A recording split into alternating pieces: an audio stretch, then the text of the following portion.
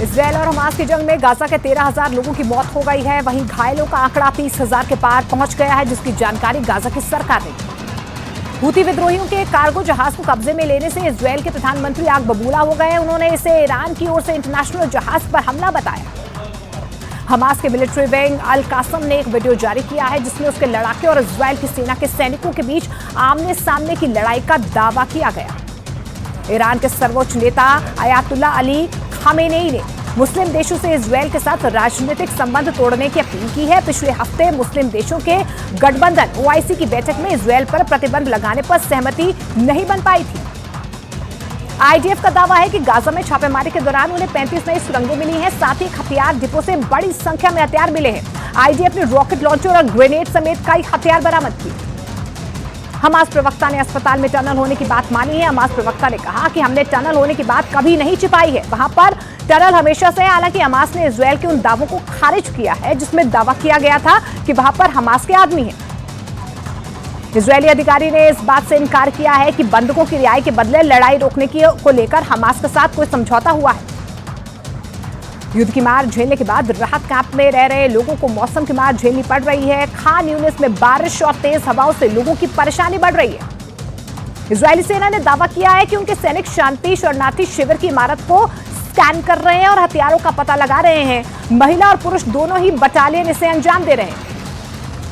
फिलिस्तीनी विदेश मंत्रालय ने इस बात से इनकार किया है कि हमास ने राय में पार्टी में नरसंहार मचाया था और उन्होंने इस हमले के पीछे इजरायल को जिम्मेदार बताया। शिफा अस्पताल के डॉक्टर ने दावा किया है कि अस्पताल में अभी भी कुछ मरीज मौजूद हैं जो लगातार पानी और खाने की कमी से जूझ रहे हैं। अस्पताल में 10 बच्चों की मौत हुई है। तुर्की के स्वास्थ्य मंत्रालय ने एक वीडियो में मिस्र में गाजा से निकाले गए लोगों को दिखाया गया है। तुर्की के स्वास्थ्य मंत्री फहाटीन कोका के मुताबिक 61 मरीज और 49 तीमारदार अल आरिश पहुंचे। नोआ मार्सियानो की मौत को लेकर इजरायली सेना ने दावा किया है कि नोवा को इजरायली एयर स्ट्राइक में मामूली चोट आई थी, लेकिन हमास के आतंकियों ने उसकी हत्या कर दी। इजरायली सेना को शिफा अस्पताल के कार्डियोलॉजी में पूछताछ का कमरा मिला है, जिसमें हथियार मिले हैं, तो वहीं एमआरआई सेंटर में इंटेलिजेंस संबंधी दस्तावेज मिले। नेतन्याहू की मैक्रो से हुई टेलीफोन पर बातचीत, दोनों ने युद्ध के मौजूदा हालातों पर चर्चा की। नेतन्याहू से बात करने के बाद मैक्रो ने फिलिस्तीन के राष्ट्रपति अब्बास से बातचीत की है। आसपास के देशों और अब्बास से 7 अक्टूबर के हमले की निंदा करने की अपील की। फिलिस्तीन के समर्थन में लाहौर में रैली निकाली गई, जिसमें हजारों की तादाद में लोग फिलिस्तीन और हिजबुल्लाह चीफ की फोटो लेकर पहुंचे। गाजा में चल रही बमबारी के चलते डॉक्टरों की टीम फंस गई। दावे के मुताबिक टीम में 137 स्टाफ मेंबर और 65 बच्चे हैं। हमास ने रंतीसी अस्पताल में इजरायली सेना से आमना सामना होने का वीडियो जारी किया है। वीडियो में इजरायली टैंक कहर ढाते नजर आए। इजरायल को धमकी देते हिजबुल्लाह ने एक वीडियो जारी किया है। वीडियो में हिजबुल्लाह ने धमकी देते हुए कहा कि हमारे हैं। इजरायल की सेना ने नाहल ब्रिगेड ने हमास के लड़ाकों को मार गिराने का बड़ा दावा किया। हमास के लड़ाके एक इमारत में घुसने की कोशिश कर रहे थे।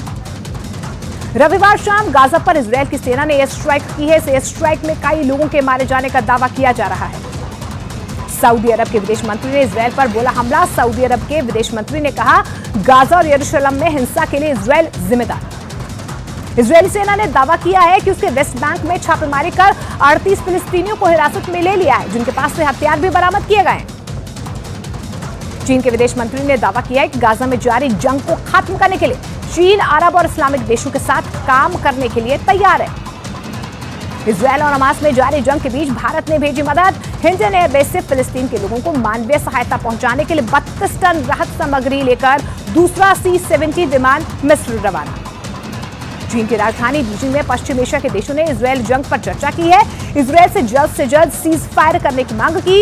इजरायल पर बेगुनाहों की हत्या का आरोप लगाया। संयुक्त राष्ट्र महासचिव एंटोनियो गुतरेस ने दावा किया है कि गाजा पर लगातार हो रहे हमले से वो गहरे सदमे में। यूएन चीफ ने 2 स्कूलों पर हुए हमले को लेकर दुख जताया। इजरायल की सेना ने गाजा में तेज की कार्रवाई, हमास के कई ठिकानों को तहस नहस करने का दावा किया। लाल सागर में इजरायली नेवी के पेट्रोल बोट्स जॉर्डन, सऊदी अरब और मिस्र की सीमाओं पर निगरानी कर रहे हैं। पेट्रोलिंग की एक्सक्लूसिव तस्वीर न्यूज 18 के कैमरे में कैद। गाजा में इजरायली सेना की बमबारी जारी है। इजरायली सेना ने हमास के कई ठिकाने नष्ट करने का बड़ा दावा किया। इजरायल हमास के बीच जारी जंग में लोगों का गुस्सा भड़क रहा है। इजरायली महिला ने हमास द्वारा अपहरण के बाद अपने पति को वापस पाने की कसम खाई है। बोली, ये अब मेरा युद्ध है। इजरायल के यरूशलेम में हमास के चंगुल में फंसे बंधकों की रिहाई के लिए प्रदर्शन तेज हो रहे हैं। बंधकों के परिवार वालों ने इजरायल की युद्ध कैबिनेट से सीज फायर या कैदी को छोड़ने पर भी विचार करने को कहा। यमन की राजधानी सना में फिलिस्तीन के समर्थन में हूती विद्रोहियों ने मार्च निकाला। हूती विद्रोहियों ने इजरायल पर हमास के हमले को सही ठहराया। हमास के खिलाफ जारी जंग के बीच पश्चिम एशिया के देश जॉर्डन ने किया बड़ा ऐलान। जॉर्डन ने साफ कहा है कि अरब का कोई सैनिक गाजा नहीं जाएगा। फ्रांस की राजधानी पेरिस में गाजा पर इजरायल के हमले का विरोध हो रहा है। प्रदर्शनकारियों ने गाजा में तुरंत युद्ध विराम की मांग की। ईरान के अर्धसैनिक रेवोल्यूशनरी ने यह दावा किया है कि इजरायल के खिलाफ युद्ध में फिलिस्तीन की जीत होगी। रेवोल्यूशनरी गार्ड कमांडर ने तेहरान में एक इजरायल विरोधी प्रदर्शन में भाषण देते हुए यह बयान दिया था। गाजा के खान यूनिस में इजरायल के हमले के बाद कई लोग मलबे में दबे हैं। लोगों को मलबे से बाहर निकालने के लिए रेस्क्यू ऑपरेशन तेज।